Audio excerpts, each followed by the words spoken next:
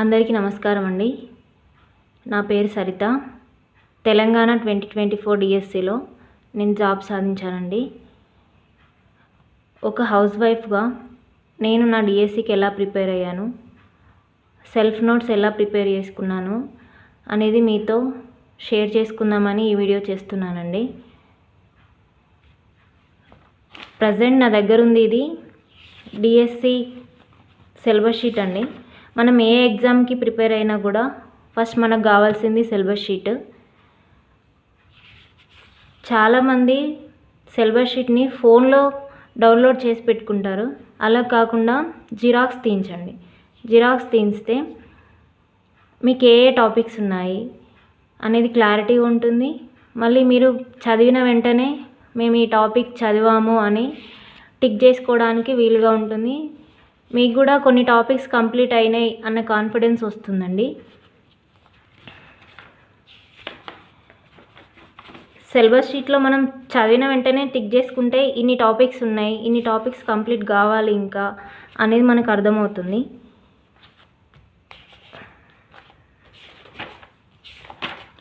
ఇందులోనే నేను కొంచెం ప్లేస్ ఉంటే రఫ్గా అక్కడక్కడ నోట్ చేసుకున్నాను.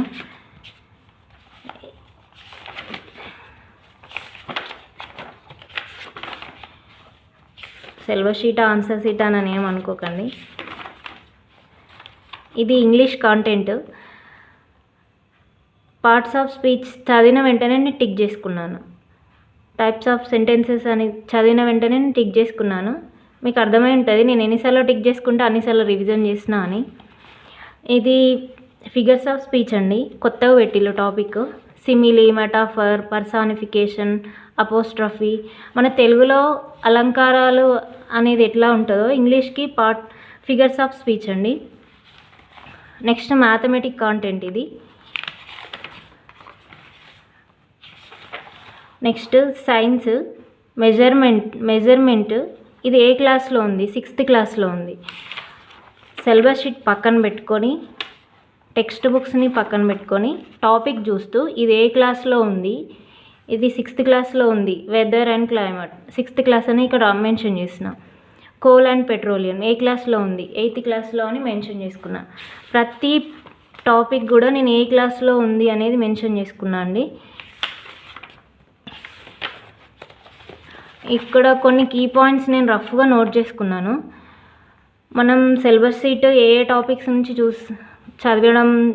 చూస్తున్నామని అప్పుడు కొంచెం పేపర్స్ తిప్పుతుంటే మనకి తొందర రివిజన్ కావడానికి వీలుంటుందని రఫ్గా నోట్ చేసుకున్నాను నేను. ఈ సోషల్ సంబంధించి కూడా నేను టాపిక్ ఏ క్లాస్లో ఉంది, 3rd, 4th, 5th, 6th, 7th, 8th అని నోట్ చేసుకున్నాను నేను.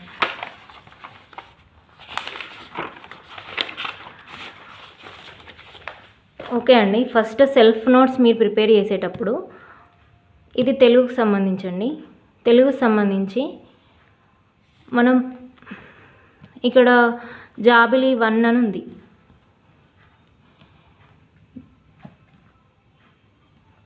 ఇక్కడ నుంచి మొదలు పెడితే టెక్స్ట్ బుక్ మొత్తం ఉపాధ్యాయుల సూచనలు, ముందు మాట, విషయ సూచిక ఏది కూడా వదిలిపెట్టొద్దండి. పెన్ టు పెన్ ఫస్ట్ మనం బుక్ అనేది చదవాలి. చదివితే మనకు ఒక అవగాహన వస్తుంది. ఏది ఇంపార్టెంట్, ఏది మనకు అవసరం, ఏది అవసరం లేదని మనకు తెలుస్తుంది. ఫస్ట్ సెకండ్ అంత ఏమి ఉండదు. 3rd నుంచి కొంచెం ఇంపార్టెంట్ బిట్స్ అనేవి ఉంటుంది. ఫస్ట్ సెకండ్లో కూడా శ్రీకృష్ణ శతకం, తెలుగు నెలలు, తెలుగు మాసాలు, తిథులు అనేవి ఉంటుందండి. చూడాలి ఒకసారి, వదిలేయద్దు. ఇది నా నోట్స్ అండి. ఇక్కడ 1 to 5 Jabili, 6th, 7th, 8th నవ వసంతం. ఈ బుక్ మీద అట్టలో ఉన్న పేర్లు అండి ఇవి. 9, 10 అనేది సింగిడి. 9 సింగిడి 1, 10 సింగిడి 2. ఇక్కడ ఉపాధ్యాయుల సూచనలు కూడా మనకు అవసరమని వదిలేయద్దండి. ఎందుకంటే ఉపాధ్యాయుల సూచనలు అనేది మనకు మెథడ్లో వస్తుంది. ఇక్కడ నిర్మాణాత్మక మూల్యాంకనం, సంగ్రహణాత్మక మూల్యాంకనం ఇవన్నీ మనకు మెథడ్లో యూజ్ అవుతాయండి. ఇక్కడ మనం చదివితే మళ్ళీ మెథడ్ చదివేటప్పుడు మనకు రివిజన్ అనేది ఉంటుంది. పిల్లలు సాధించాల్సిన సామర్థ్యాలు ఇది మెథడ్ టాపిక్. నెక్స్ట్ కాంటెంట్కి వచ్చేసరికి నేను 3rd క్లాస్ నుంచి పాఠం పేరు, ఇతివృత్తం, ప్రక్రియ, ఎగ్జామ్ పాయింట్ ఆఫ్లో అక్కడ క్వశ్చన్ ఇతివృత్తం అడగచ్చు, ఈ పాఠం సంబంధించి ప్రక్రియ ఏంటిదని కూడా అడగచ్చండి. ఇక్కడ ఎలుక విందు, ఎలుక అనగానే మనకి హాస్యం అనేది గుర్తొస్తుంది, కానీ ఇక్కడ గేయ కథ, ప్రక్రియ అనేది గేయ కథ. అది ఎవరు రాసిలో? దాశరథి కృష్ణమాచార్యులు రాసిండు. ఇక్కడ రాసి అన్నీ 4th, 5th, 6th, 7th, 8th వరకు నేను నోట్ చేసుకున్నానండి. మనం చదివేటప్పుడు ఇక్కడ అన్ని లెసన్ నేమ్స్, వాళ్ళ కవులు, ఇతివృత్తము, ప్రక్రియ ఇక్కడ చదువుతున్నాము. మళ్ళీ కంటెంట్ లోపల, టెక్స్ట్ బుక్ లోపల చదువుతాము. ఇన్నిసార్లు చదివేసరికి మనకి రివిజన్ అయిపోతుంది ఆటోమేటిక్గా. నెక్స్ట్ 3rd క్లాస్లో టెక్స్ట్ బుక్స్లో లెసన్స్లలో ఇంపార్టెంట్ పాయింట్స్ కూడా నేను నోట్ చేసుకున్నానండి. ఇది రఫ్గా నోట్ చేసుకున్నాను, అందరికీ అర్థం కావాలని ఏం లేదండి. నోట్స్ అనేది టెట్ పాయింట్ ఆఫ్లో కాకుండా డిఎస్సి కూడా ఉపయోగపడుతూ నోట్ చేసుకున్నానండి. ఇక్కడ బోనం అంటే భోజనం, ఊరడి ఇట్లాంటి పదాలు ఇంపార్టెంట్ అండి.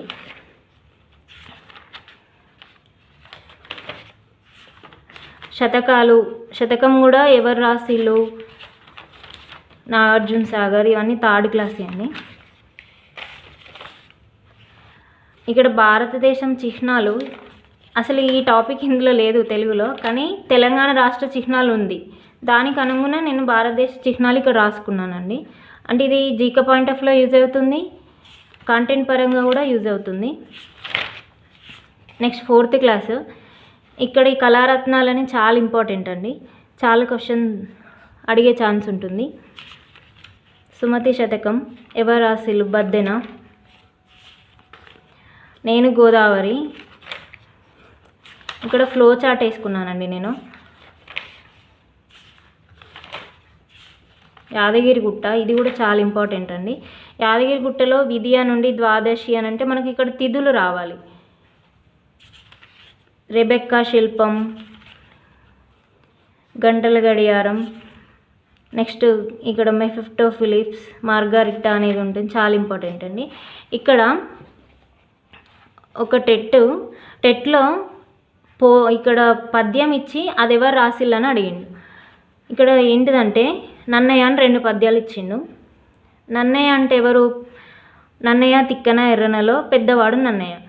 నన్నయ్య అలిగి పలు శబ్దాలు చేసిందని నేను ఇక్కడ కీ పాయింట్ పెట్టుకున్నాను. నన్నయ్య అలిగి పలు శబ్దాలు చేశాడు.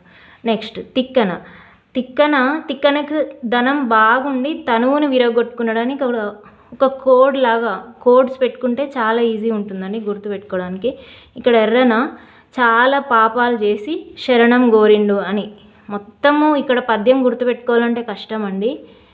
కాబట్టి మనం కోడ్ ప్రకారంగా కోడ్ అనేది క్రియేట్ చేసుకుంటే మనకు ఎర్రన అనగానే ఇంకెక్కువ పద్యాలు లేవు, ఈ 2 ఉన్నాయి కాబట్టి పాపములు చేసి శరణం గోరిండు. నెక్స్ట్ పోతన చదువుకొని పరహితం చేసిండు అనేది కీ పాయింట్ అండి. అన్నిటి దగ్గర కీ పాయింట్స్ వాడొద్దండి, కొంచెం ఎక్కడ వాడాలో అక్కడే వాడాలి. కొండ గుర్తులు కూడా ఎక్కువ పెట్టుకుంటే గుర్తుండదు కదండి. నెక్స్ట్ 6వ తరగతి అభినందన. ఇక్కడ ఎవరు రాసిళ్ళు? శేషం లక్ష్మీనారాయణాచార్య. కవి పరిచయం, పాఠం నేపథ్యం. ఇక్కడ నేను కొంచెం లాల్ బహదూర్ శాస్త్రి గురించి వచ్చింది కాబట్టి ఇక్కడ నేను సమాధుల పేర్లు వాళ్ళు ఎక్కడున్నాయని రాసుకున్నానండి. జీకే పాయింట్ ఆఫ్లో కూడా ఒక తెలుగు అంటే తెలుగే చదవకుండా మిగతా అన్ని రకాలుగా కూడా చదవాలండి.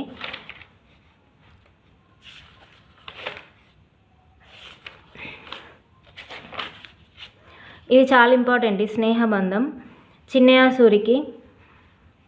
సూరి ఇక్కడ మళ్ళీ చిన్నయ సూరి ప్రామాణిక వ్యాకరణం, బాల వ్యాకరణం. బహుజనపల్లి సీతారామాచార్యులు ప్రౌఢ వ్యాకరణం. ఇట్లాంటివన్నీ నోట్ చేసుకోవాలి. ఇక్కడ లఘుపతనకం, కాకి, హిరణ్యకం, ఎలుక, మంతరకం, తాబేలు, చిత్రాంగుడు, జింక, ఈ పాత్రల పేర్లు కూడా అడిగే ఛాన్స్ ఉంటుందండి. ఇక్కడ గ్రామర్ ఉంది. తత్సమాలు, తద్భవాలు, ప్రకృతి, వికృతులు. ఇక్కడ లెసన్కి సంబంధించి మహావిష్ణువు అవతారాలు రాసుకున్నా అండి నేను. నెక్స్ట్ వర్షం, పల్లా దుర్గయ్య, పాలవెల్లి, గంగిరెద్దు. నెక్స్ట్ లేఖ సంబంధించి కూడా క్వశ్చన్స్ అడిగే ఛాన్స్ ఉంటుందండి. లెసన్ మొత్తం చదివి మనకి ఏది ఇంపార్టెంట్ అనేది రాసుకోవాలండి.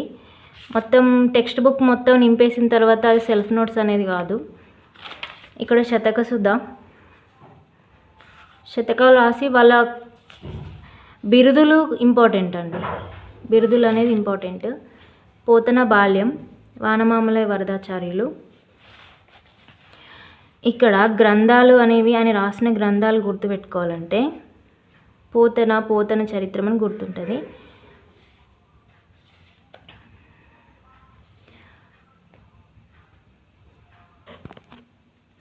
ఇక్కడ కోడ్ పోతన చరిత్రం, జయధ్వజం, జయ సూక్తి జయంతి, వైజయంతి, జయ వాణి, వ్యాసవాణి, మణిమాల, వాణి, మణి, రైతు బిడ్డ, కూలిపోయే కొమ్మ, రైతు, కూలి.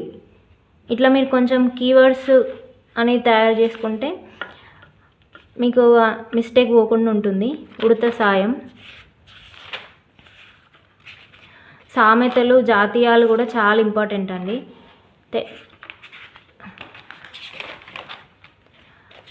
కొంచెం ఇది చదివి ఎంత క్లమ్జీగా ఉండాలి. అమ్మ జ్ఞాపకాలు, ఇక్కడ తొక్కుడు బండ, శబ్నం.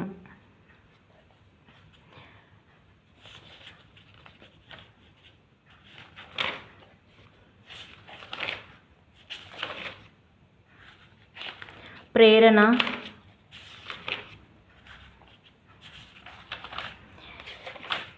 ఇక్కడ గ్రామాల్లోని వేడుకలు, క్రీడా వినోదాలు, దేవులపల్లి రామానుజరావు.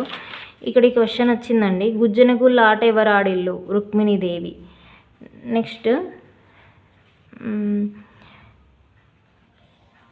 క్వశ్చన్ ఉంటుంది, గిల్లిదండ ఆటని చిర్రగోనే, స్వదేశీ క్రికెట్ అని ఏ ఆటను అంటారు, గిల్లిదండ.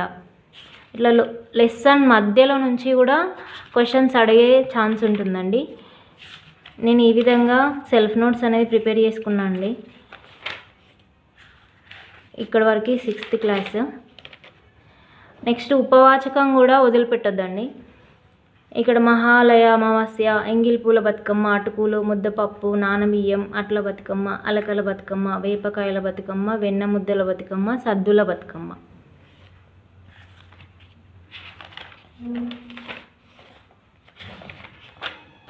ఇక్కడ వరకు 7th క్లాస్ అండి. ఒకవేళ మీకు వీడియో నచ్చినట్లయితే లైక్ చేయండి.